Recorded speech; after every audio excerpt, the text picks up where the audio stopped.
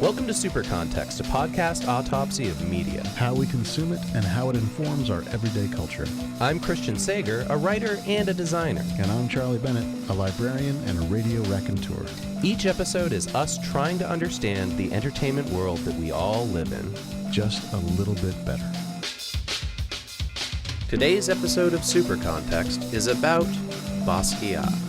This 1996 film is a purported biopic about a famous painter by another famous painter, Julian Schnabel.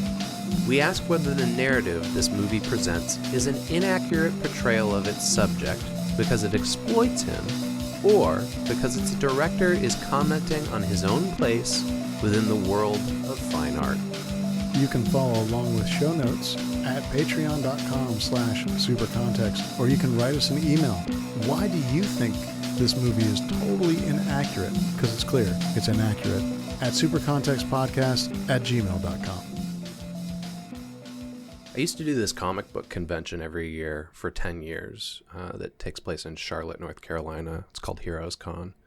And every year, kind of a unique feature of this convention is that they have an art auction where comic book artists who are guests of the show donate art to the people who run the show that they auction off and then subsequently use the money to pay for the next year's convention.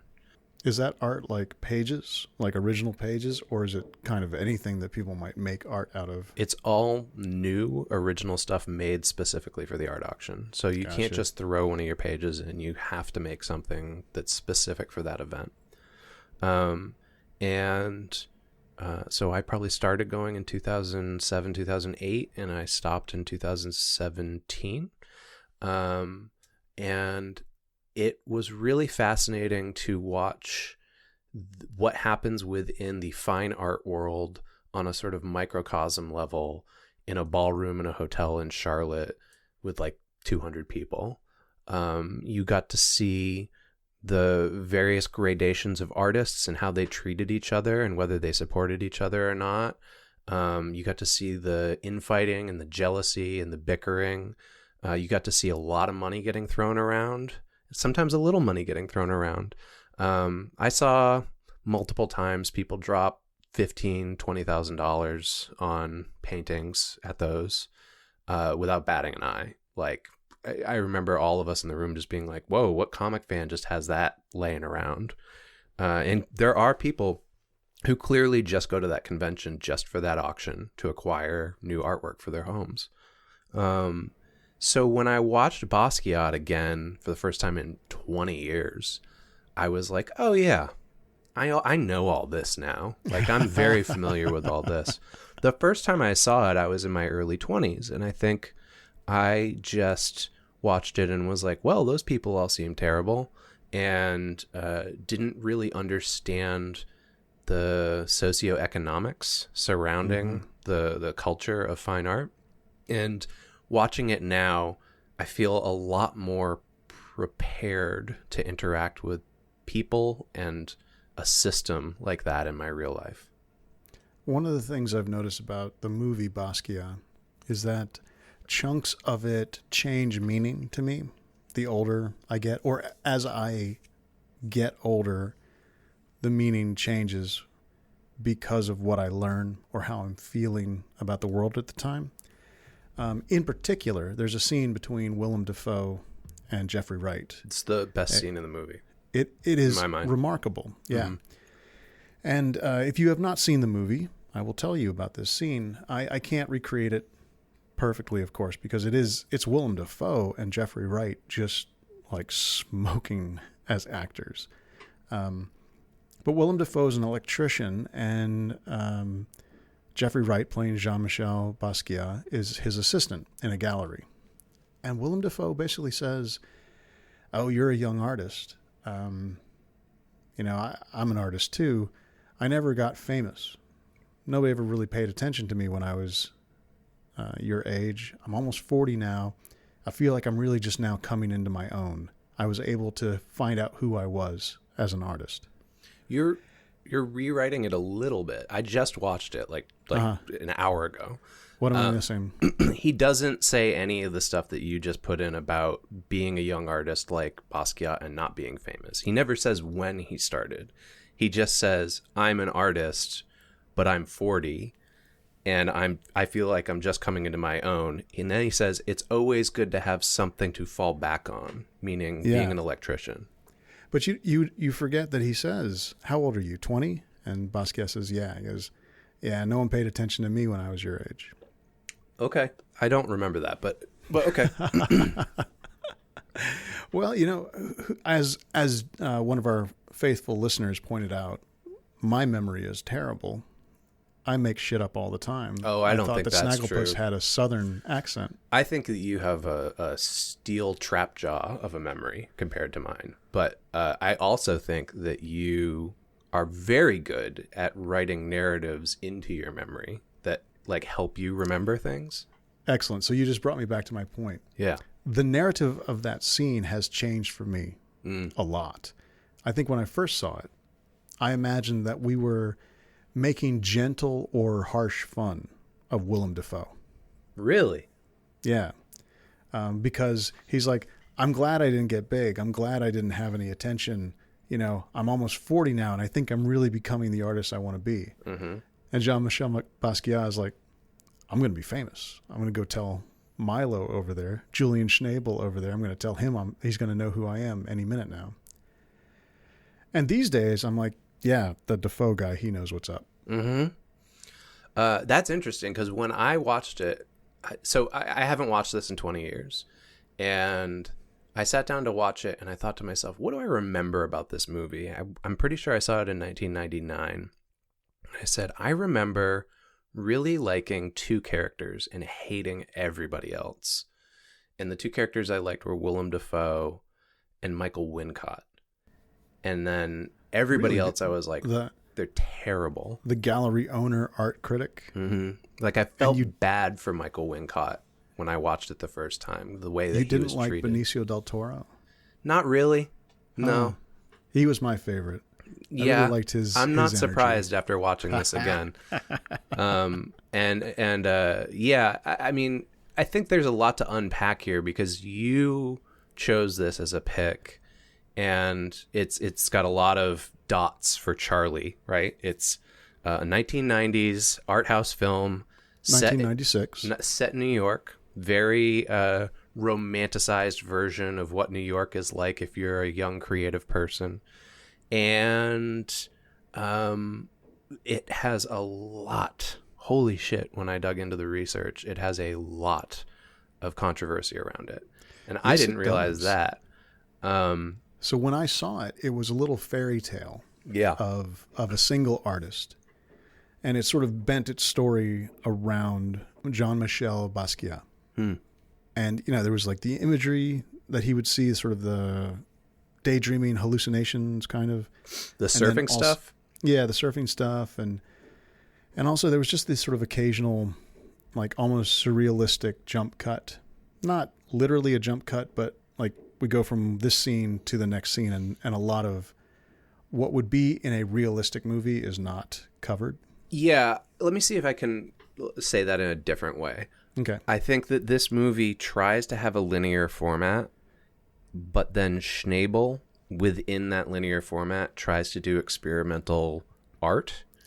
And so very good, yes. He takes, for instance, like one scene is Basquiat and Benicio del Toro. Honestly, you know what? I don't even think I want to refer to these people as their character names. I just want to refer to them as the actors because I feel like this is not an actual representation of these human beings. So Jeffrey Wright... Yes, you are right. That is true. Jeffrey Wright and Benicio del Toro are doing drugs and prank calling people and recording it.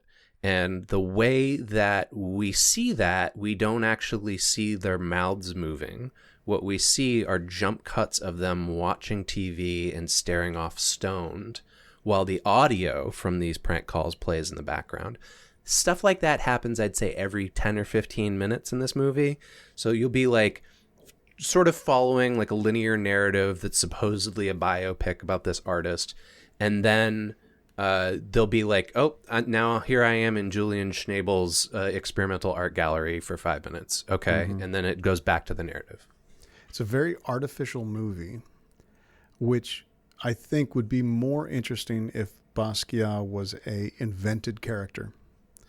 If this was some attempt to kind of portray a feeling at a time. And a lot of people then said that's what Schnabel did, was made up a fictional character, called him Basquiat, and then made his, Julian Schnabel's, statement about the art scene. That's another thing I wasn't aware of when I saw it. And I think this is the super context of it. If I were media literate when I was in my early 20s, when I watched this, I would have realized this is not a nonfiction presentation about this person's life. Instead, I watched it and I was like, oh, that's who Jean-Michel Basquiat was. It has to be, right? If all these people spent millions of dollars to make this movie and you've got all these famous people in it, surely this has to be the actual representation of him. And I believed in a very narrow, fantastical kind of portrait of the New York art scene that was understood kind of through the idea that, oh yeah, all these artists who are famous and who I love, they all hung out. Mick Jagger and William S. Burroughs, they were smoking dope together, or, oh yeah, John Lurie and Jean-Michel Basquiat, they were friends, right? I just had this kind of, it's all a television show. I'm looking back, I didn't think of it that way at the time, but I'm looking back and I just kind of thought it was this long-running TV show that I was getting to dip into sometimes in the past of the New York art scene. And gets, oh, this is the episode about graffiti artists. Oh, this is the episode about experimental jazz. I didn't have an idea of an actual community that was arguing with itself and trying to, build something. Well, I think something that I think is really important for this episode, for us to maybe put a flag down and then come back to later on, is you have to ask yourself, who benefits from you having that narrative in your head?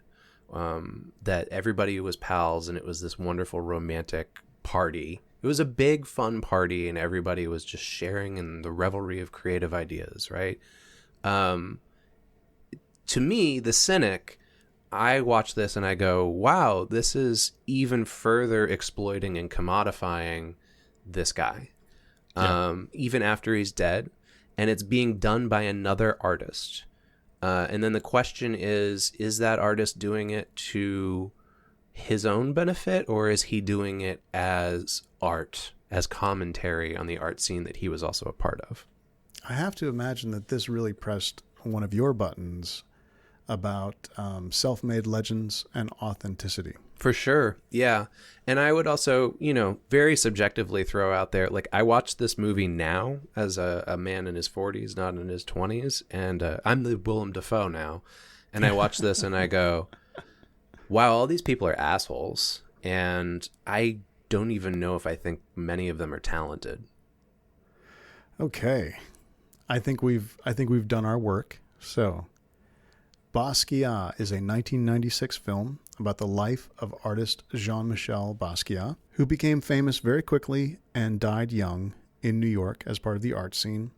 The director and sort of screenwriter of Basquiat is Julian Schnabel, who is a New York painter. And so this has the weird distinction of being the first commercial feature film about a painter by a painter.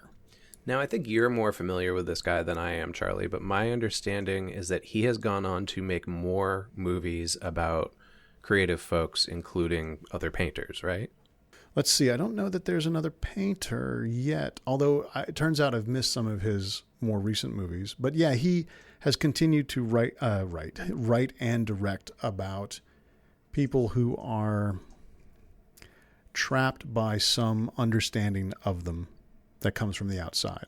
I'm specifically thinking of the film At Eternity's Gate, which came out last year and is about Vincent van Gogh. Oh, okay. Yeah. So I only just found out about that. Oh, okay. Okay. Yeah. So I knew that movie existed, but I didn't realize it was the same filmmaker as Basquiat. I also didn't realize that this was the same guy who did Before Night Falls. Yeah, which is a hell of a movie. Yeah. Yeah, it's tough. And all of those are thrown into a very different light for me now that I've learned a little bit more about Mr. Schnabel. Let's establish who Basquiat is first, though, because I think our generation was sort of on the tail end of knowing who he was as a famous person. I certainly don't think that people younger than us are familiar with him unless it's through something like this. So, a biographical sketch from Harry Kloman. The life of young artist Jean-Michel Basquiat, who died at age 27 of a heroin overdose in 1988, crossed paths with the life of Andy Warhol, who by the time Basquiat met him had attained the position of art world icon. Their intersection bolstered Basquiat's career, and probably accounts in part for why artist Julian Schnabel would choose Basquiat as the subject for his debut as a filmmaker. Okay, Jean-Michel Basquiat, Kloman says, was an anomaly in the art world of the early 80s. He was black, he had Haitian and African American lineage, he was raised middle class, but then he performed poverty, choosing to live in crummy apartments, sometimes on the streets, painting graffiti, doing drawings on walls, trying to be discovered, but not having the connections or sort of class know-how to sort of understand the art world and its particular hoops. Time magazine called him the Eddie Murphy of the art world, which is, I don't even know how to begin to process that. Well, it always feels like me, within the context of the movie and real life, that's a kind of Uncle Tom statement about him. Yeah, I don't have enough. I don't have enough to talk about that. Kloman says, do the uptown patrons who buy his work do so because they are thinking they are buying the true voice of the gutter, or is his work simply what all art should be, beauty hanging on a wall, a rare sublimation of human experience touched by the inexplicable hand of creativity? So again, let's make sure that we're really adhering to a line in this episode of the actual biographies of Basquiat and the narrative version of Basquiat that we're introduced to in this film, and that I think it's very easy to think like, oh, that's who he was. Yeah. There is no way that the biography of Basquiat that I had once I watched this movie is useful to me to understand the actual art and person of Jean-Michel Basquiat. Can you unpack that a little? I never heard of this artist. And then I saw this movie mostly because a lot of New York folks were in it that I was interested in, and it was of a time that I wanted to see more of. And I thought that I learned a lot about him, the artist, and New York in the 80s, and the art scene. And what I mostly learned was one person's sense of a time that they lived through. Mm-hmm. That's what I mean. Yeah, I keep coming back to this, but I feel like this movie is best understood not as a biopic, but as if all of these characters are fictional.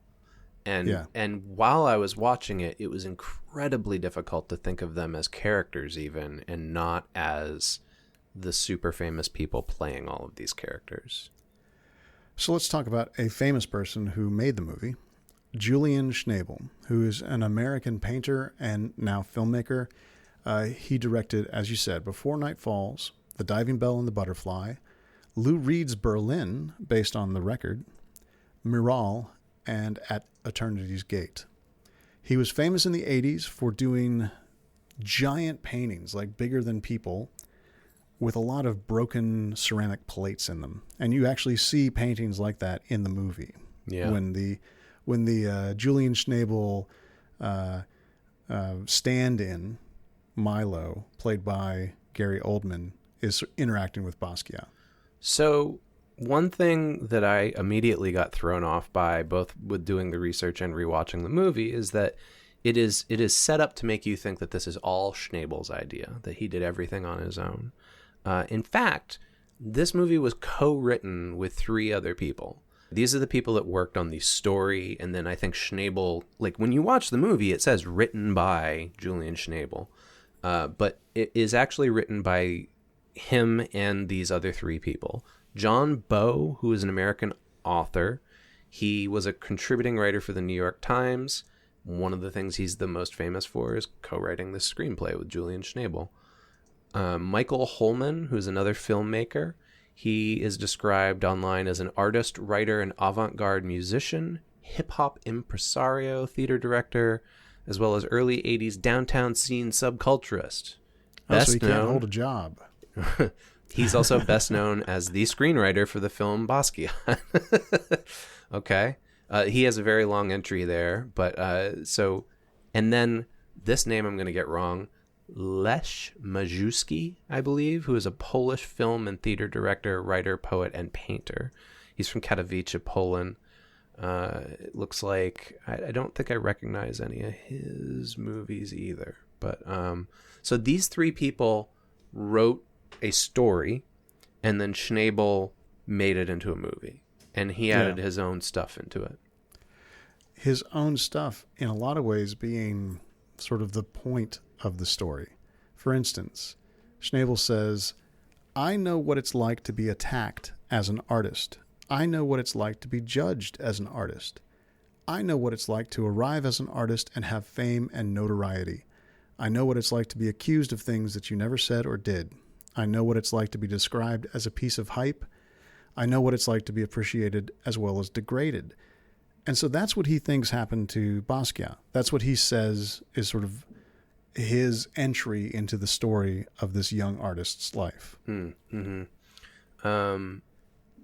There's a distinction that's made here in one of the articles that says that Basquiat is not a docudrama, but it is an impression of the artist's life and times, with Schnabel's well-informed, if occasionally heavy hand, guiding our point of view. So this is Schnabel telling Basquiat's story from his perspective, but also kind of telling his story using Basquiat as a stand-in for him. Yeah, I would almost say making his own points about the art scene and the history of the New York art scene that may or may not be part of what Jean-Michel Basquiat was actually dealing with.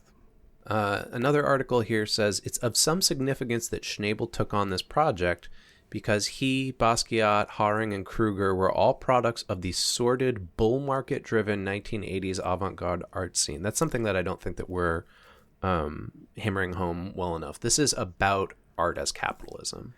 And as you said about the auction at this conference, yeah, someone dropping $15,000 on an artwork at a little conference felt like, whoa, what's going on? Whereas someone dropping $150,000, $1.5 million on an artwork in the mid-'80s, late 80s, when there was just too much money, that drove folks to try and catch the next sort of, oh my God, what is this? I must own it kind of feeling by the very rich in New York. Yeah, there's a scene in the film that attempts to capture this, although I agree that it's a little heavy-handed, where these two rich, I mean, you assume the husband's a financier and his wife is just, decorating their house with these super expensive paintings.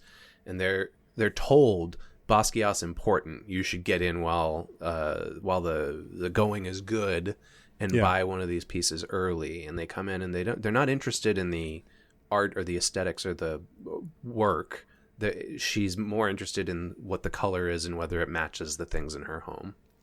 And the idea of art being fashion, that gets put together very carefully by this article as 2 points. It says, one can suppose that by 1996, everybody had woken up to the fact that this art scene, had little to do with genuine cultural or human values, and that Schnabel found it prudent to refashion himself for the changing times. And then they quote Robert Hughes about Schnabel. His art looked radical without being so. It was merely novel, and that quality soon outwears itself. However, in 1980, the uncertainty of new market taste was such that if someone stood up to assert loudly and repeatedly that he was a genius, there was a chance that he would be believed. Mm-hmm. Yeah, and so this is a little bit of I'm trying to think of a metaphor with current celebrities that would work. And I'm coming up at a loss, probably because I'm not all that up to date on current celebrities. Well, how about let's use the Kardashian effect. Yeah. Sure. Right? Although they were already rich to begin with, but yes. They were already rich, but so were many of the folks who were running the art scene, right? So the Kardashians, as a whole, declared themselves interesting, and they lived up to that. I mean, clearly, people find them interesting. Yeah. But also, they said, we are a rich, smart, beautiful family, and so here's what rich, smart, beautiful families do. And I don't think there was any outside validation to that. That was just their declaration. And then it turned into a reality TV empire that contains within it fashion, makeup, modeling, and maybe even music. I believe that's true. Yeah. And then you have to consider like someone like Kanye West, who's Kardashian adjacent, and is in a lot of ways like. Sorry, go ahead. No, well, it's crazy because if you said to someone 15 years from now that Kanye West would marry someone, and then you would say that he was adjacent to the family he married into. Yeah. But in a way, it's interesting, right? Because I think Kanye, I wouldn't say that he's like Basquiat. I don't think that's true, but like he is like living this parallel life to the Kardashians, even though he doesn't come from the same background that they do. Yeah. Okay. Gosh, we got a lot of threads that we could pull on. Let's kind of go back to the central thing here. It's a revelation about the movie Basquiat that it is less about the artist that it is named for and more about the person who made it. Because it seems so directly about this young artist and his life, but then it turns into being sort of Schnabel's statement. Yeah. And Jeffrey Wright, who plays Jean-Michel Basquiat, says, I think my performance was appropriated, literally. And the way I was edited was appropriated in the same way that Basquiat's story has been appropriated, and that he was appropriated when he was alive. Julian made him out to be too docile and too much of a victim and too passive and not as dangerous as he really was. Schnabel aggrandized himself through Basquiat's memory. So that's the actor who played the character years later saying, I don't feel particularly good about how this all ended up. Yeah, and specifically, I think that I performed a character. Yeah. And the director only took the stuff that kept the character from outshining the statement about art. I don't know if there's any truth to this or not, but as I was watching it, I thought to myself, I always thought the first film that I saw Jeffrey Wright perform in was Angels in America. And it was clearly this was the first thing that I saw him in. And I thought, wow, how did I not connect that they were the same human being? And there was almost 10 years between those two movies. Oh, he's a super chameleon. Yeah, he's an amazing actor. But I'm also looking at his filmography, and there was kind of like a period, I don't recognize a lot of the films that he was in between then, or if I do recognize the films, his roles were pretty small.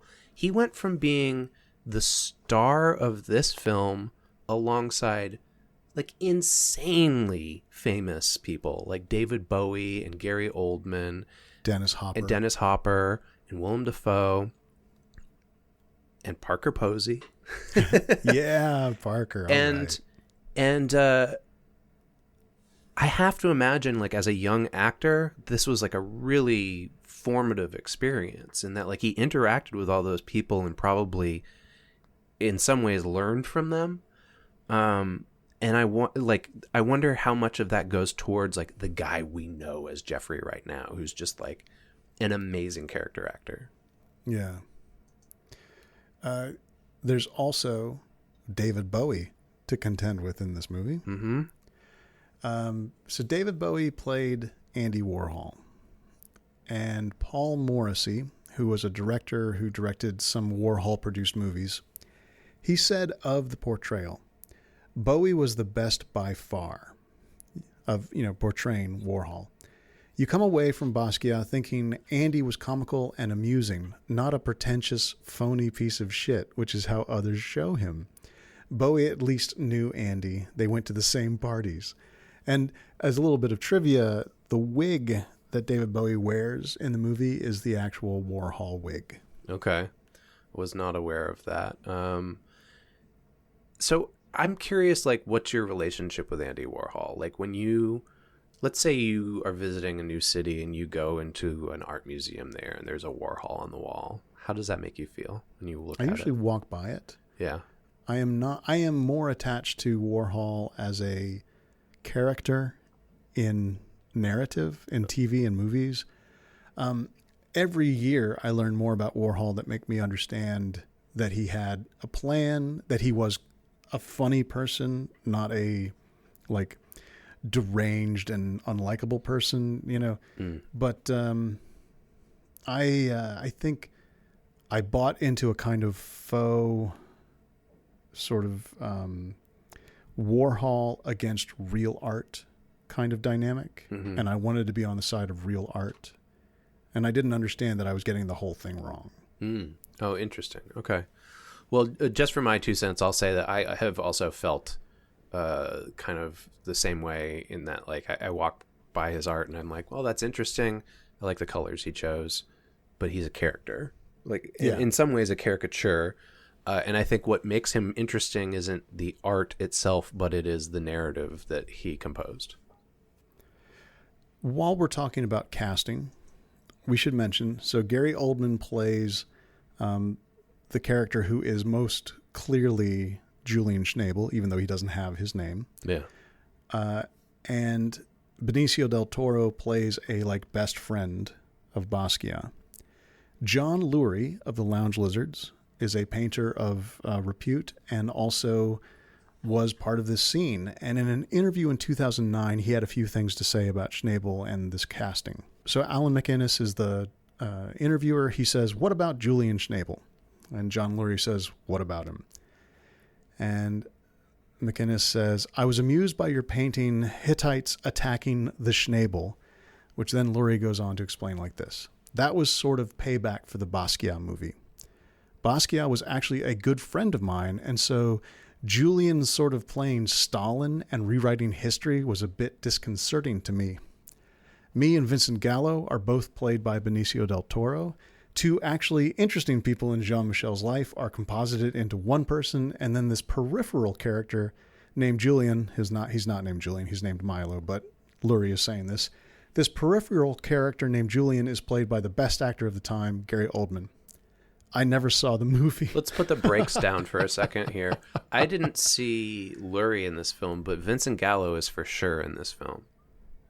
You mean as an actor? Yeah, as an actor. There's a scene where I was like, holy cow, all these people are at the same table. It's insane. And Gallo is one of the people at the table at the Chinese restaurant. I don't know who he's supposed to be playing. The minute he showed up on screen, I was like, oh, this motherfucker. So then Lurie is saying that Lurie himself and Vincent Gallo, the person, and the time period are being represented by a character played by Benicio del Toro. Right. So it's a whole mess. Benny is not a real person. He's just a mishmash of the two of them, right? Which is even weirder given what I know about both Lurie and and Gallo, because this character didn't seem anything like either of them. Right. Well, Lurie is very harsh, too, about the memory of Basquiat. He goes on to say, when the interviewer asks him, "Do you see your paintings being influenced by Basquiat?" And Lurie's like, "No, Basquiat, please. He was a kid who slept on my floor. I have a problem with that one. I'm 25, he's 18, we're both painting together, you know, and then he becomes this thing and he dies, so now he's like embronzed. But I was doing this stuff before, so it's hard for me." Right. So this is what I meant when I was talking about the microcosm of the art auction being there's all these tangled relationships between these artists and their egos and ideas about what talent means and what aesthetics are and what authenticity is. And you can see, like, Lurie being a part of it, like, he has a sort of ground level view. And I think that this movie tries to give you that ground level view, but doesn't succeed, and instead, like, creates another romanticized narrative about these people. Well, I mean, I think what all of this says is that the stories that the artists tell about themselves or hear being told about them are as important as the work they did. Mm. Yeah, I don't know if I agree with that. I don't know. We'll keep going. Totally subjective. I see the art by most of the people in this and I'm like, okay, cool. Like there's nothing about it that I look at and I'm like, whoa, this is really driving me. This is Let me so refine creative. what I mean to say. Uh-huh. The stories that are told about these artists and the art that these artists make are as important to the artists themselves as each other. I like that better. Yeah. Yeah. Mm-hmm. And I think in some ways the stories, I mean, we just confirmed this for both of us about Warhol. I don't know if that's how the rest of the world feels about him, but like the stories are more important than the art. Yeah. Here's this funny thing about this movie and this episode. I love this movie. Yeah, I know. And I still love it. I have a great time watching it and thinking about it. All of this sort of unpacking of it that we're doing, and anybody saying like, oh, this is not a good movie or I don't like it, I'm finding it just rewarding as opposed to attacking. Because in a lot of ways, this movie was just a introduction to one person's idea of something. And I am learning, oh, that was a very personal vision. That was not someone, Julian Schnabel was not trying to let us know what was really going on or give us the truth about this time. Mm-hmm. He just, he basically wrote an essay. And I really enjoyed it. And now I'm also enjoying people saying, he's full of shit. Here's what really happened. Yeah. Okay. Interesting. Let's talk some more about the actors. Okay. So we mentioned Michael Wincott's in this movie. You love his voice. I like Michael Wincott's voice. A lot of people beat me up for this, but I love Alien Resurrection, and he's very good in that. Yeah. He's like the prototypical Firefly captain in Alien. Oh, I never thought of that, but you're absolutely that right. movie is so clearly like his backdoor pilot for Firefly. Yeah. But anyways, Michael Wincott's in it. He plays a art gallery reviewer who plays Rene. Supposedly finds Basquiat and brings him to the attention of this world, and then supposedly is betrayed by him when more money and more famous figures get involved. Yeah, the movie is very much about fame and how people respond to fame and what people are owed when someone becomes famous. Dennis Hopper is in it playing an art dealer. Is he a real character? Let's not even bother with that. It doesn't matter. Yeah. Yeah. Like, even if he is a real person, even if any of these folks are playing characters with the name of a real person. Yeah, they're still characters. It's clear from listening to other people who were there talking about the movie itself. Schnabel put all of these personas to work for his own vision. Mm-hmm. Mm-hmm. So, okay, Hopper's this art dealer. Parker Posey is a gallery manager. Yeah. And then let's just throw some more stuff in here to make this movie even harder to swallow. Claire Forlani is in it, and I knew you weren't going to be able to let that go. And Basquiat cheats on her with Courtney Love. Yeah. Let me guess. When you saw this, you fell in love with Claire Forlani. I appreciate that you're trying to, figure out who I am, but I've always been hot for Parker Posey. Oh, nice. That actually makes me feel better about this movie. So we just kind of went toward it and then veered away from it. We got to go toward it, Charlie. Every time the Weinsteins come up on this show, you're like, I don't want to look at this car crash. Let's talk about this real quick. Let me say something before you go into the real, okay? Yeah.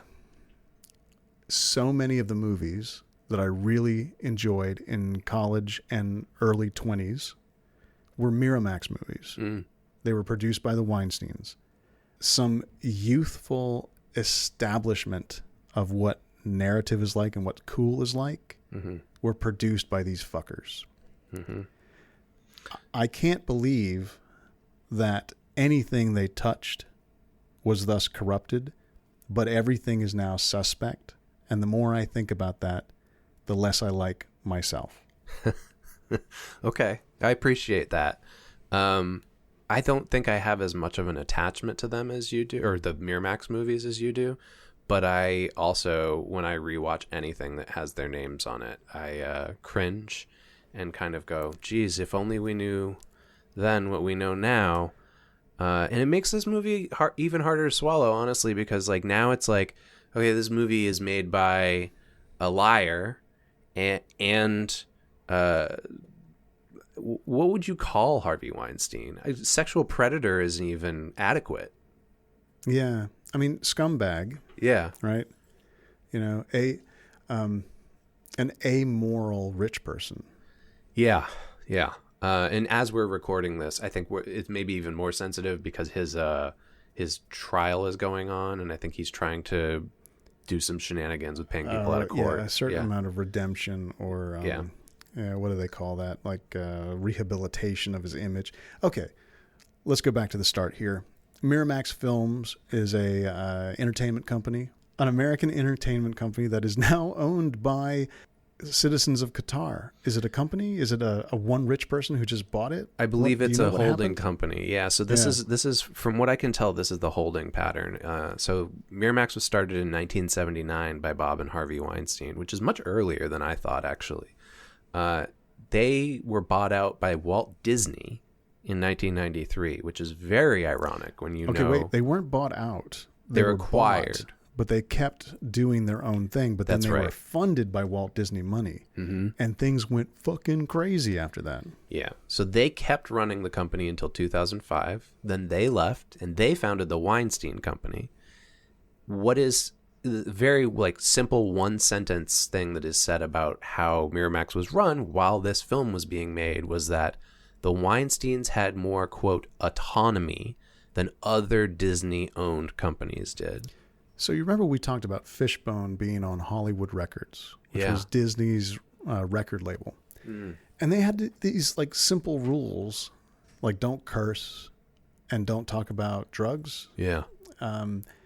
Which is okay, that does sound like a Disney-fied kind of thing.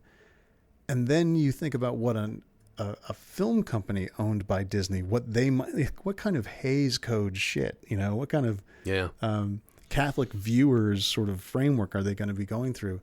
But Miramax released all kinds of perverse, adult, obscene shit. Yeah, I mean, I don't know if you remember this. I kind of remember there just being a flurry of articles in entertainment magazines when Pulp Fiction came out going can you believe that there's Disney money involved in this thing? This insane film that everybody's going and seeing over and over again?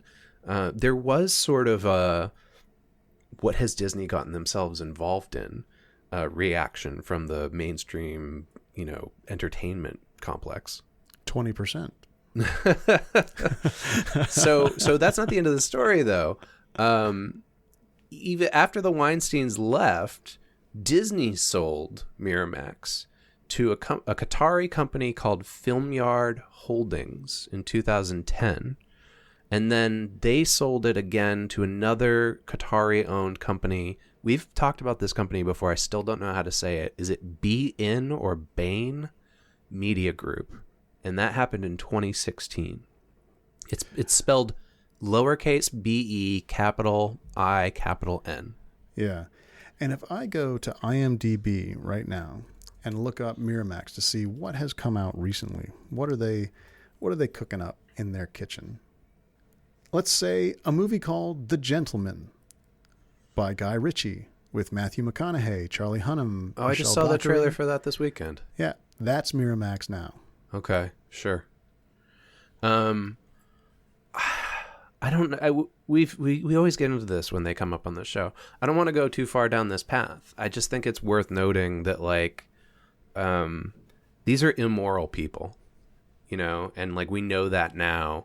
And it's really difficult, I think, as a consumer to wrap your head around how they were involved in the creation of something that, for instance, you really hold dear, this film.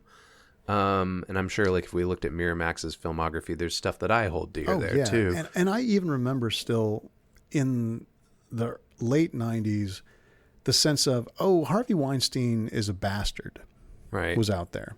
You know, you may like those movies, but you definitely don't like this person.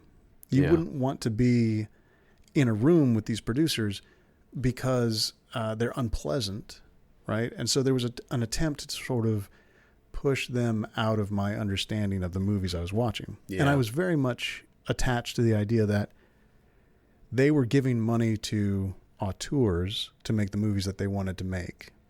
But and that they were let me pause for a guys. second. That is a narrative that they constructed the same way that a narrative was constructed about Basquiat. Oh, you beat me to the punch there. Yeah. And so as Bob and Harvey Weinstein's power and money increased, they were already secretive, right? They were already hiding how they did their business. And so then they were also hiding how they ran their personal lives, which were corrupted by power and control. Yeah, I mean, it's too much for us to go into in this episode. It would be too much to go into in one episode. Like, I think you would have to do an entire podcast series to try to unpack what went on with them and in that company. And we won't know the full story for decades. But we know that it was gross. I woke up this morning, Charlie, after doing this research last night, and I looked at my phone, and there was stories about Harvey Weinstein this morning. And so, I mean, when did the first accusations come out publicly? In 2015, 2016? Like, this is like 3-4 years later, stuff is still getting unearthed about these people. It's heartbreaking. But I think it is important in light of understanding this film and its cultural place in our context, right? Because you're getting a sense of like, well, fine art is not the only creative medium in which the romanticized narrative plays a role in selling a thing. Yeah, if you wrote a novel and you were like, well, okay, so this guy produced an art house film about an artist and sort of took away what made that artist interesting in order to say what he had to say about art and his own success. And his producer is also like a secretive sexual predator scumbag who is hiding his own self and using like the original filmmaker as cover. Eventually your editor would be like, look, this is way too much. It's absurd. You're so on the nose. You have to stop. Yeah. And I have to wonder too, like you see, we just have that like one little interview bit with Jeffrey Wright, but like, imagine if you're like a person who was involved in this at a young age, like he was, and you're like, oh wow, cool. I'm going to get to be in this movie with fucking David Bowie and Dennis Hopper. And I'm going to be playing this famous artist, and another famous artist is going to be making it. And then you look back on it 20 years later, and you're like, "Oh my God, what was I a part of?" Well, I mean, let's also think about all of the women who were told, hey, you did great in that movie. If you want to keep making them, you're going to have to fuck Harvey. Yeah. Another thing I could not help but think about as I was watching this is that all of the male actors in this film are either more famous now or were dead.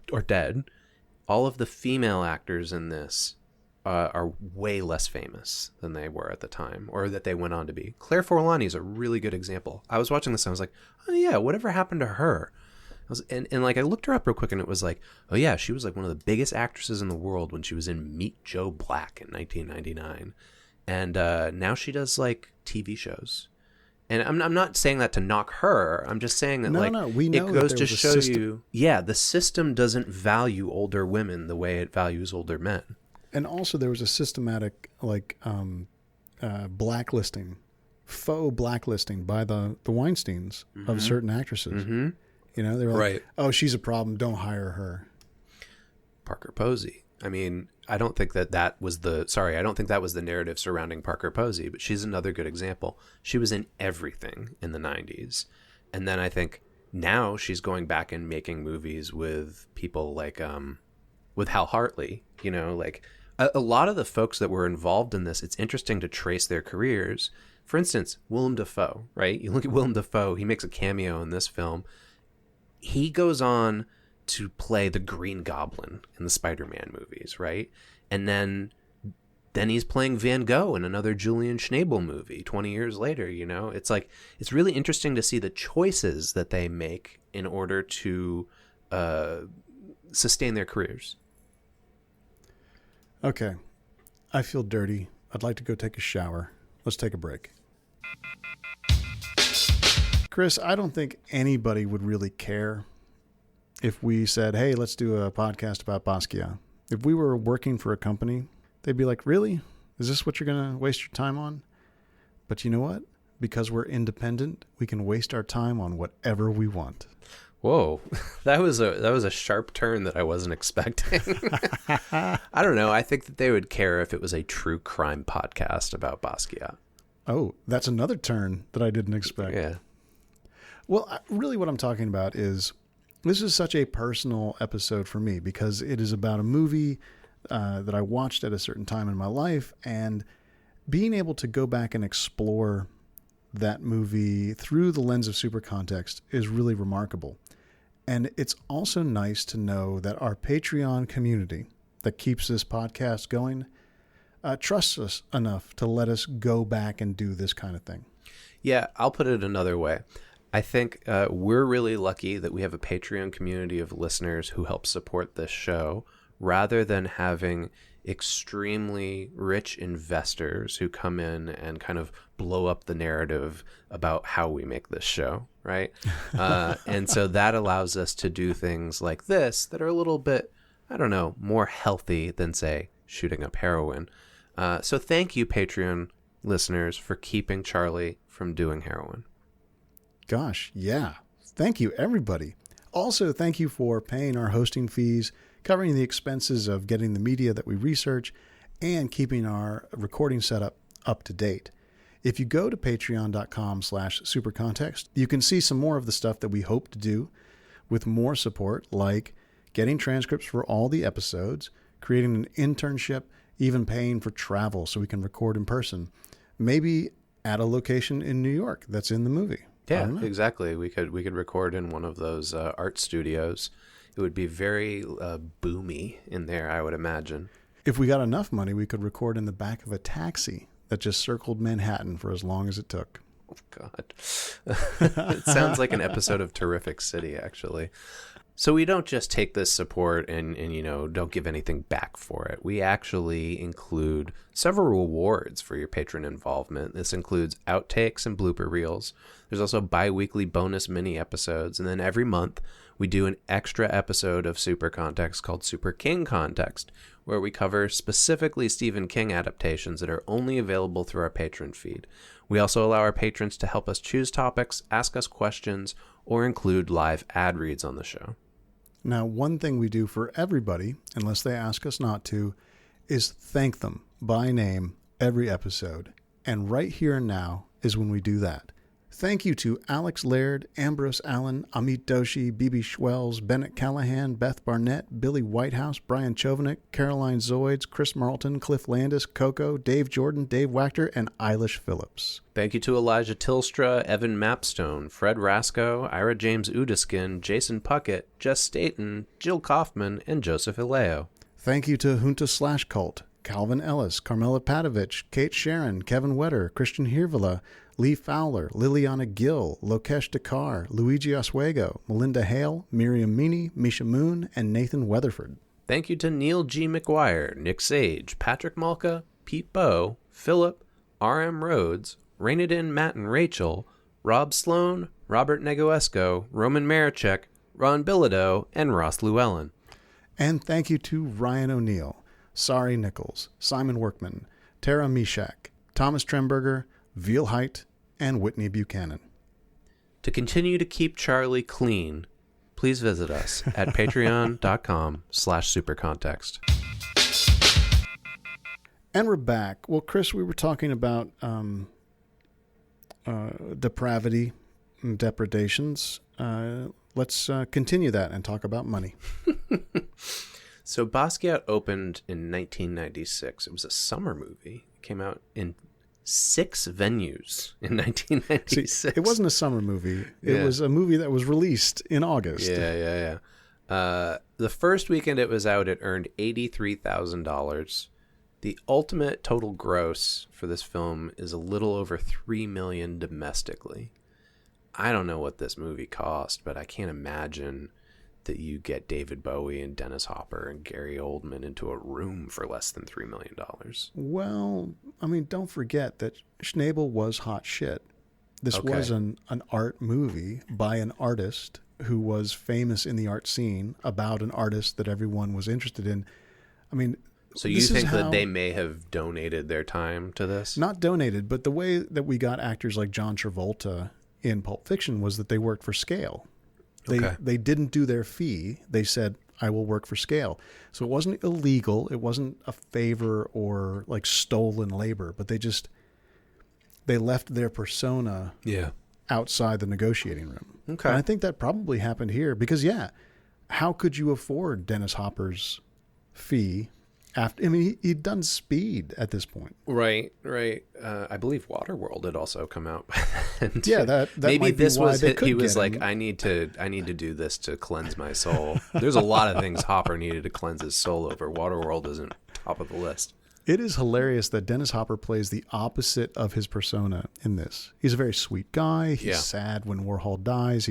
He's just sort of nice, and he gets completely bowled over by this young artist who sells him these postcards for $100 because I don't have any change. Can you break this? He's like, no, I'll just give you all these. Here you go. Mm-hmm. So we don't have any official figures from Miramax about how much it cost to make this movie, but I'm gonna guess. I'm gonna go out there and guess that it was more than $3 million. This movie was not successful financially. Yeah, and you couldn't believe numbers you got from them if you tried. That's probably true as well. So this is a financially unsuccessful film. It is also a critically unsuccessful film. So according to Rotten Tomatoes, it has a 68% based on 28 critics. It has a 77% out of 11,666 users. So people like it a little more than the critics do. That's kind of normal from what we've seen. Metacritic gives it a 65 out of 100 out of 20 critics, so roughly similar to Rotten Tomatoes. Yeah, so this is a movie that didn't quite make it to good. I think you might be being overly generous with that statement. I mean, it's pretty clear that these people are all giving it D's and F's. Not everybody. If these are averages, then a couple of people said it was amazing. Okay. Well, or they all said it was just mediocre. Yeah, well, whatever. Well, yeah, people didn't like it. In San Francisco Gate, David Bonetti wrote that, oh, God, this is harsh. So, okay, It's let me just tell you though. before we go into this, we were watching the film last night, and my wife was looking up the film on her phone while we were watching it, and this was the first thing that she landed on. I had already pulled the notes at this point, but I was like, yeah, that review is brutal. And it is also accurate in a lot of ways. Yep. A great movie based on Basquiat's life will have to wait for someone who understands the language of film better than Schnabel. Neo-expressionism, which both Schnabel and Basquiat practiced as painters, wow, that was hard to say, is based on inspired amateurism. It might be harder for the same improvisatory aesthetic to succeed in a medium like film. So let's pause for a second here. This is, in a way, he's saying somewhat what I said earlier, where I said I don't really think these folks are all that talented, right? Like he's saying the style of painting that they practiced is, quote, inspired amateurs, that like they don't know what they're doing, essentially. Yeah. And then when they try, when Schnabel tries to take that methodology to a different medium, it doesn't work. Well, let's go even further. He basically said they got away with this. Yep. This school of painters got away with this, and you can't get away with it in film. So then Bonetti kind of lays out the problems. Schnabel can't decide whether he wants to tell a traditional rise and fall morality tale or make an art film. And he restates something you mentioned earlier. His attempt at telling Basquiat's story straightforwardly collapses under its own banality. Self-consciously arty moves merely disrupt the movie's flow. Okay. This is the money quote, I think, from this review. Schnabel self-consciously arty moves, quote, jagged editing, clips of surfers over the Manhattan rooftops, as Charlie said, merely disrupts the movie's flow. All would have been forgiven if Schnabel had managed to get the truth of Basquiat's story on film, however crudely. But as the movie progresses, you realize that Schnabel's outsized ego has taken over once again, that he has used the film as an excuse to tell his own story and not Basquiat's. So then he lists the people who essentially are getting taken out by Schnabel, the old scores that this painter is settling with his film. Mary Boone, who he fell out with, is portrayed as a bitch. Rene Ricard, played by Michael Wincott, is sabotaged despite the fact that his own over-the-top art forum created the Schnabel myth. So he puts into the relationship between Rene Ricard and Basquiat what he feels like should have happened, I guess. Schnabel was made into a famous artist, a commodity, by this art critic. And then when he portrays that art critic, he says, look, they're a fake. Yeah. Yeah. And then finally they point out that Schnabel uses the film to suggest that the only two people who were Basquiat's friend towards the end of his life were Andy Warhol and himself. And this is something that's been highly disputed by people who know Basquiat. And we'll see more evidence of this later on. But lots of people said Basquiat hated Julian Schnabel. Yeah. Even people who say that the movie is interesting or that Schnabel is a good artist, no one says it was a really accurate portrayal. So we turn to another one of Charlie's favorite filmmakers who was part of this art scene, Jim Jarmusch. And he says, I refused to see that film. I knew Jean-Michel, and he was not friends with Julian. Look, I like Julian very much. He's a very generous guy, even if he's an egotistical character. And his films, for instance, The Diving Bell and The Butterfly, it's a masterwork of recent cinema. But once a year, he'll ask me, so, are you ever going to see Basquiat? And I say, never.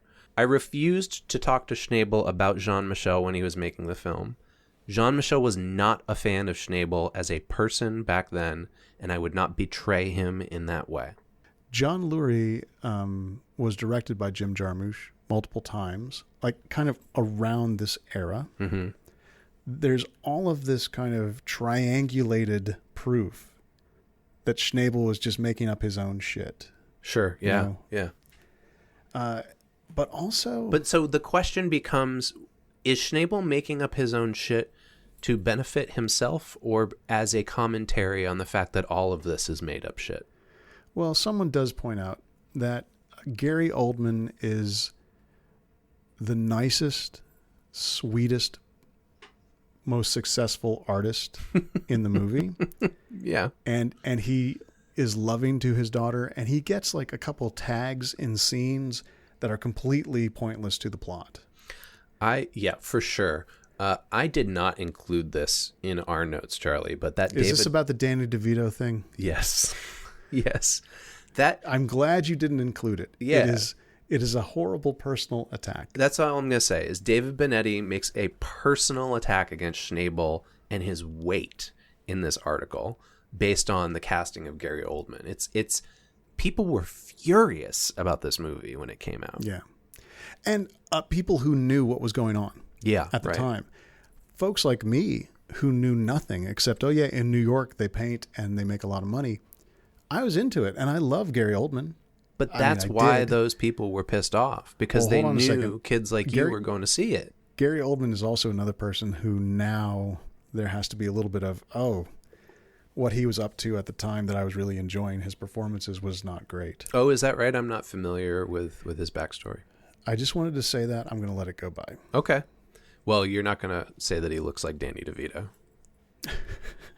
You know what? We said it too much. So the dude who like nailed Schnabel to the wall says Gary Oldman is thin and Schnabel is famously fat. Yeah. He should have been played by Danny DeVito in elevator shoes. That is how harsh this guy went after him. Yeah. Okay. On Columbia.edu, there was a unsigned essay.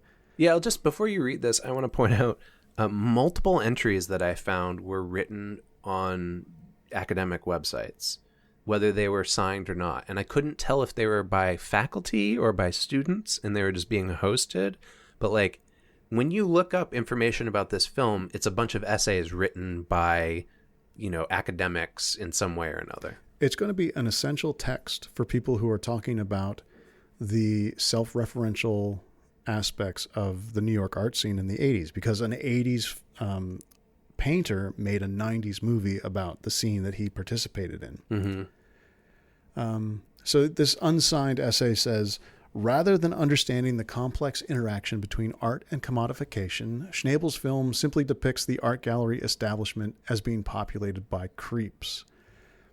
It is a really, like, when you start hearing what Schnabel was trying to portray of the art scene, like the point he was trying to make, it's puerile. Mm-hmm. It's just like, stop being an asshole. You were part of that too. When you don't know that, it's just kind of oh man, this young kid is trying to make it through this very predatory, very uncertain space. But let me pause for a second. And I know like you have like an attachment to this film, but when I watched this film today, even outside of anything I knew about what it had to do with real life, within the narrative itself, as I was watching it, I was like, this character that Jeffrey Wright is playing is terrible. This person is obnoxious. And I don't feel sorry for him. Okay. Did you? I did find him to be difficult, but then in the story, folks say that to him. Like there's a certain amount of... Wait, sorry, in the story of the film or in the story of Jeez. This is what I'm talking about, right? I hope the listeners are not as confused as we are as we talk about this. In the movie, the character of Basquiat is trying to make his mark, and he's trying to become famous. He's trying to get into the art world, and he's doing it in a really kind of blunt and untrained way. Mm-hmm. And each of the failures of that technique, or each of the sort of grading parts of that attempt, are remarked upon by other characters. So in a meta way, one could, Chris, see the movie as acknowledging the difficulties of enjoying or empathizing with that character, mm-hmm. and in a way forgiving him. So that instead of taking him as a real person that you have to be like, oh my God, this fucking asshole, instead you kind of add your, gosh, I'm in the weeds here because this is not what I expected to talk about. Let me see if I can take the reins. Okay. I think that one of Schnabel's themes in this fictional story is that it's not the artist's fault that he becomes an asshole. That it is the exterior pressures of society and the art world that makes him be an asshole. And I don't know if I buy that in real life, and even within his narrative, I didn't buy it. He treats his loved ones like shit. He treats his friends like shit. He explicitly says, I just want to be famous. How do I get famous as fast as possible? And so at the end, where he has this sort of tragic downfall, I didn't sympathize with the character. I have no idea what actually happened to Jean-Michel Basquiat in real life, or what kind of a human being he was. But the character in this film was obnoxious. Okay. Let's continue with this essay because it actually has a bunch of stuff that kind of ties up the different threads that you and I have laid out. Here's a quote. Basquiat's estate refused to allow the use of his paintings in the movie because they knew that when Basquiat was alive, he detested Schnabel. Oh, that's interesting. I didn't realize that. I was wondering to myself where all the paintings came from. Schnabel made them himself. Oh, Jesus. Okay. Well, yeah. I mean, he used his made own paintings in theme of Basquiat? Yeah, exactly. Ugh. He rendered a version of the paintings that are then Basquiat's. Okay. The essay also points out that Jean-Michel in this movie is kind of has more in common with hippies than with like a hyper motivated 80s artist. Yeah. That essentially he is he's drained of his context at the time and made into a stand-in for an aging hippie who is dealing with consumerism in the art scene. Mm-hmm. Like his race becomes just a costume that he's putting on. There's just like a couple little references to the problems of being black. And when he actually starts to discuss that with his friend, played by Benicio del Toro, he makes a complete ass of himself, as opposed to representing the actual problems one might run into. And let's be very clear here again. This is within the narrative of the film. This is Within the not movie, yeah. how we're supposed to understand actual Basquiat's life. And Schnabel clearly did that purposefully or unconsciously to follow through on the story that he wanted to tell. Yeah, we're going to have more on that in a couple of minutes because Schnabel was asked about something related to that recently. And I think it's a real okay boomer moment. Let's just let's spoilers. We're gonna get there, but before we get there, let's talk about how Schnabel portrays two gay men in this film. So this is again from this Columbia piece that doesn't have an author attributed to it. Both Andy Warhol and Rene Ricard are portrayed. This is the author's statement, not mine, as quote simpering, limp-wristed queens in this film. Yeah, and then the author also highlights Ronaldo Arenas, who was Cuban and gay and was the subject of Before Night Falls, and says that a reviewer said that Arenas in the movie that Schnabel made was gayer than a Castro Street Judy Garland revival. Okay. All of that to say, Schnabel, who is not gay, appears to have either avoided dealing with stuff that he doesn't deal with, like the black experience that Jean-Michel Basquiat had. It shows you what the live straight white guy, exactly, what his idea is of both the gay men that he was around and the black men that he was around. Right. Or he queered up the gay men to the point that, not even queered up, he gayed them up into caricatures. Yeah.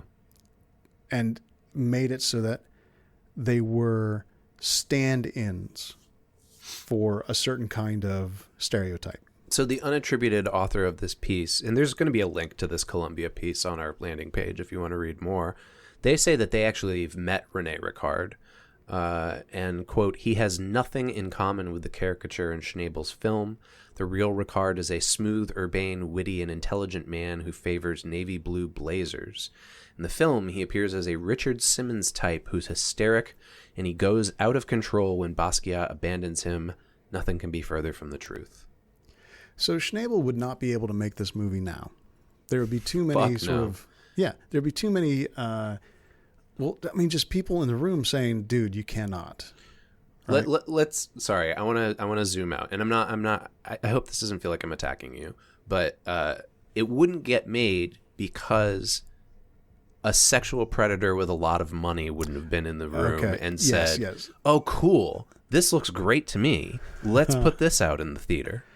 Now, I think that the hypothetical we're putting here is, what if a semi-famous white painter said, ooh, I want to make a movie about Jean-Michel Basquiat and talk about the art scene in the 80s. People would say, interesting, where are you going to go with this? He's like, well, I just want to make it about how hard it is to succeed, as any kind of person, white, black, brown, purple, and just show that, like, there were a lot of crazy folks there. There were gay people and then someone would just say, okay, shut the fuck up. No, this is you cannot do this movie. It's an example of a writer, and I'm turning back to my new go-to text that I keep mentioning on our show, Writing the Other by Nisi Shaw and Cynthia Ward.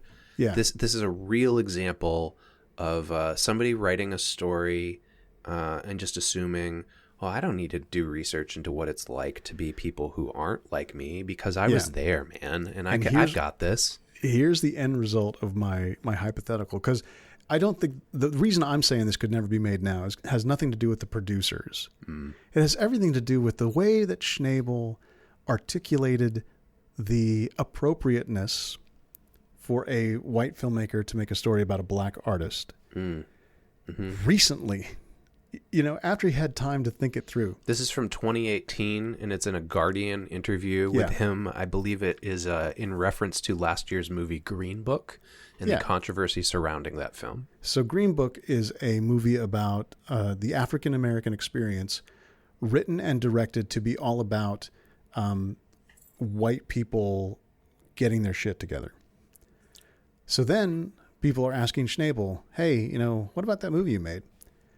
And he says, why can't a white person tell the story of a black person? Was I exploiting him by making that movie about him? I think I did him a solid by making that film. My daughter Lola says, and now here's the thing I'm about to say, as Charlie, this is the moment when I lose interest in anything this guy has to say. My daughter Lola says, everyone is pink inside. Mm-hmm. If that is something you're going to repeat in a fucking interview about your artistic intent, I'm out. I mean, it's interesting to me because, frankly, Charlie, like, even though I'd seen this film and a couple of his other films, I never really thought of this guy as anybody to consider one way or the other. I didn't know the backstory into why he made this film and his relationship with Basquiat. Reading statements like this made now 20 years later is not very surprising to me, especially after rewatching this film. He's a person who's clearly unaware of himself and his position within the rest of society, whether that be relationships of ethnicity, sexuality, gender, what have you. He seems to be an incredible narcissist. Now, here's the thing that bugs me. I was suckered by his method. Yeah. Right? Yeah.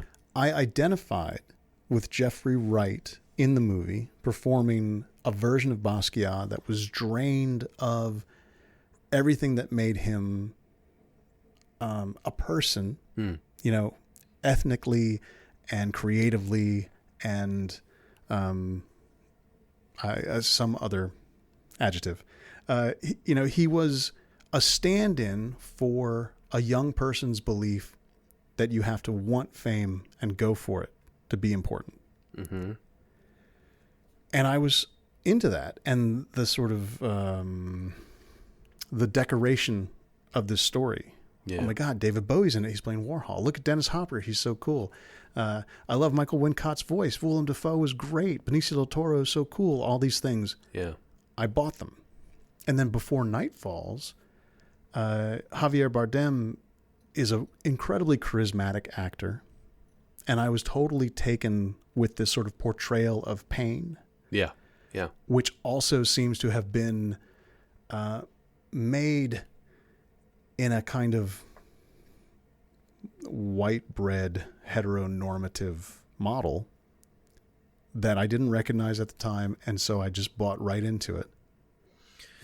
Yeah. So I mean, I think that it's good that you're realizing this now, but I also think that you shouldn't beat yourself up too much because our society, and certainly not Julian Schnabel, doesn't encourage people to think about the media that they're consuming, right? I think in a lot of ways that Schnabel is very conscious of the artificial narrative that he's creating here, in the same way that he's probably conscious of the artificiality of the paintings that he sold for lots of money in the 80s, Yeah, he's aware of that, but to have done this movie with integrity would have been to make up somebody completely. Yeah, right. As Kloman, we talked about Harry Kloman's writing about the movie early on. Yeah. He says, Basquiat is a character study of a lonely, creative young man, and at the same time, an insider's pointed glimpse at the New York art scene, and especially the people whose money makes it tick. Now, if Basquiat was called Bennett Mm-hmm. and a completely made up white boy from the suburbs of New York City came to New York and tried to make it there, then maybe you could still look back at this movie and say, oh, it has something to say about the art scene. Mm-hmm. Because it's not hiding behind the idea of this graffiti artist who tried to destroy himself and tried to break into the art scene that didn't really want him, and succeeded in both ways. Yeah. It's I can see why it would be appealing to a young person who has creative interests, because you could watch it and go, yes, like somebody else understands what I'm struggling with, or even I'm struggling with that right now, and look, I'm learning a lesson from this person's story. I'm learning what traps not to fall into. Yeah. And I think at the same time it creates a whole nother trap. You know, it's a weird movie. So it's really weird that it got made. It's weird it got made. It's not really a weird movie. It fit all of the sort of art house biography. Oh yeah. Checklists. No, of the this is time. the perfect landmark theater. You go on a Sunday afternoon and you consider this, is this going to be on my Oscars list or not type movie. Right. I have to assume that this bit from Alex Bauer was contemporary, because Bauer says the movie is directed by Julian Schnabel, who knew Basquiat in the 80s, and asks the incredibly important question, what makes a successful biopic? The answers are as open to interpretation as one of Basquiat's paintings. So this is someone who is not paying any attention at all to the truth behind the movie, and didn't hear from all these people who are like, hey, this is not a biography at all. You know, this is a guy who's gaming you. Yeah, and with a false biography. If I remember correctly, let me take a quick look here, Charlie. And of course, it turns out that I'm totally wrong. This is I got my essays mixed up. This Alex Bauer piece is current. Yeah, but let's put this out there, though, Charlie.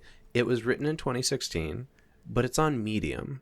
So we don't know whether this was vetted in any way or not. Somebody just threw this up on Medium. There was no editor possibly involved here. But this is what he took from it, or she, excuse me. This is what Alex took from it. Oh, here's a biography of an artist. Yeah. How interesting. Look at all these questions about what makes a good film biography. Whereas that's not the question for this movie, even though I don't think that Schnabel was interested in that whatsoever. No. But the movie fulfills all of the standards of biographies in the 90s of fringe or self-destructive characters. Yeah, this brings to mind our conversation about Tilly Walden's Spinning.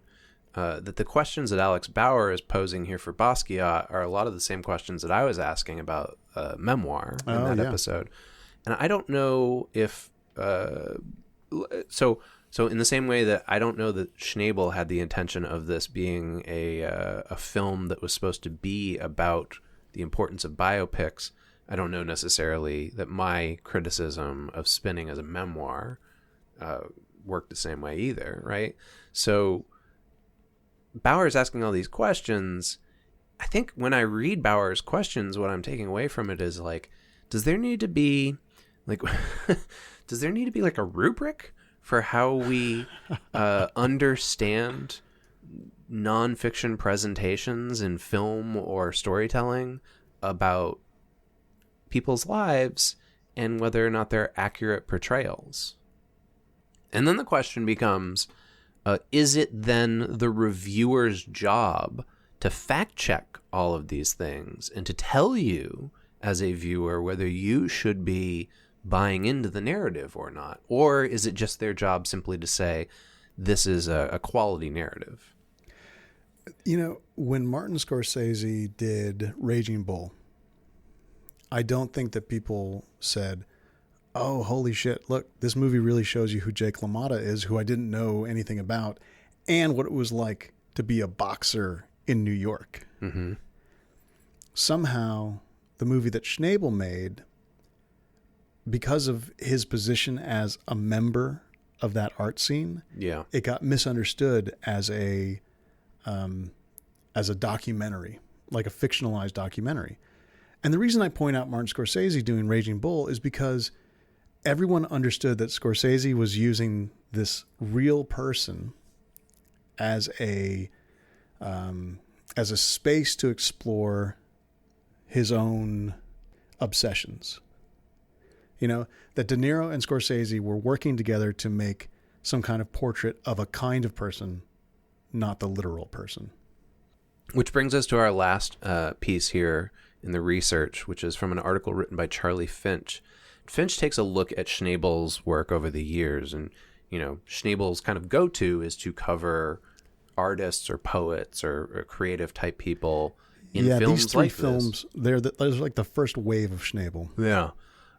So it's Jean-Michel Basquiat, Ronaldo Arenas, and then is it Jean-Dominique Bobet? Is that how you pronounce it? I don't know how to say his name. Okay. So it's there's a lot of French and Spanish in there, dude. So they point out, though, that each of the characters that he portrays in these films is, quote, someone who falls victim to the kind of risks that Schnabel himself always armed himself against. Basquiat, in particular, was engulfed by fame, and Schnabel was protected from Basquiat's fate, and then can, quote, casually decorate his protagonists with the bourgeois trappings of his own life. This occurs quite overtly in Basquiat when Jean-Michel visits the opulent cave-like studio of bad painting that is Schnabel's own. This is me stepping outside of the review here. This is a scene towards the end of the film.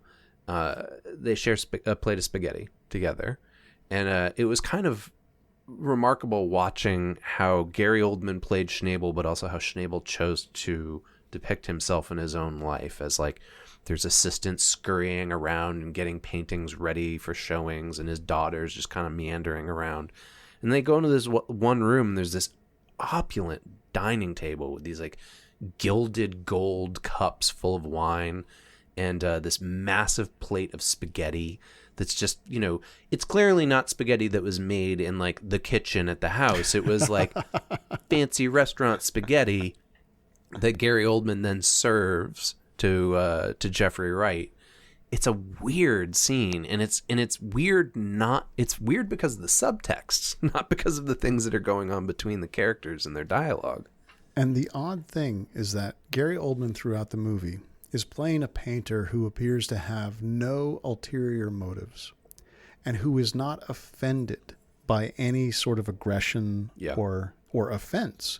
From the moment in the gallery when Jean-Michel kind of gets up in his face and then just walks away from him, he laughs and he says, Parker Posey, he told you. He's like enjoying him. And then he brings him into his home, and he is the most compassionate and sort of unruffled person. The portrayal of this guy is as if he has been through all of this before himself, and he has come out on the other side, the wise one who understands and stands to the side of it all. Yeah. But he is also the observer who's present for everything. Right. Schnabel takes all of the good qualities of a person, all of the almost like saintly qualities of a person, and jams them into a charismatic version of himself who is not affected by anything that the subject of his biography, his biofilm, is supposedly about. And in essence says, I, Julian Schnabel, am making a movie about Jean-Michel Basquiat, about a time that we both lived through. And look, I survived. I succeeded. I am totally okay and protected from all of the things that destroyed the ostensible subject of my movie, who I have reduced to a shell. You've been listening to Super Context, a podcast autopsy of media. How it's made and how it informs our everyday culture. Our theme music is Human Factor by Mile Marker. And right now, you're listening to Drive Fast by 3 Chain Links. Show notes and all our past episodes are available at supercontextpodcast.libsyn.com. You can email the show at supercontextpodcast@gmail.com to tell us what you like, what you don't like, and to suggest topics for future shows. And I'm available on Twitter as @ChristianSager. And I'm there @Bennett Radio. 2 N's, 2 T's.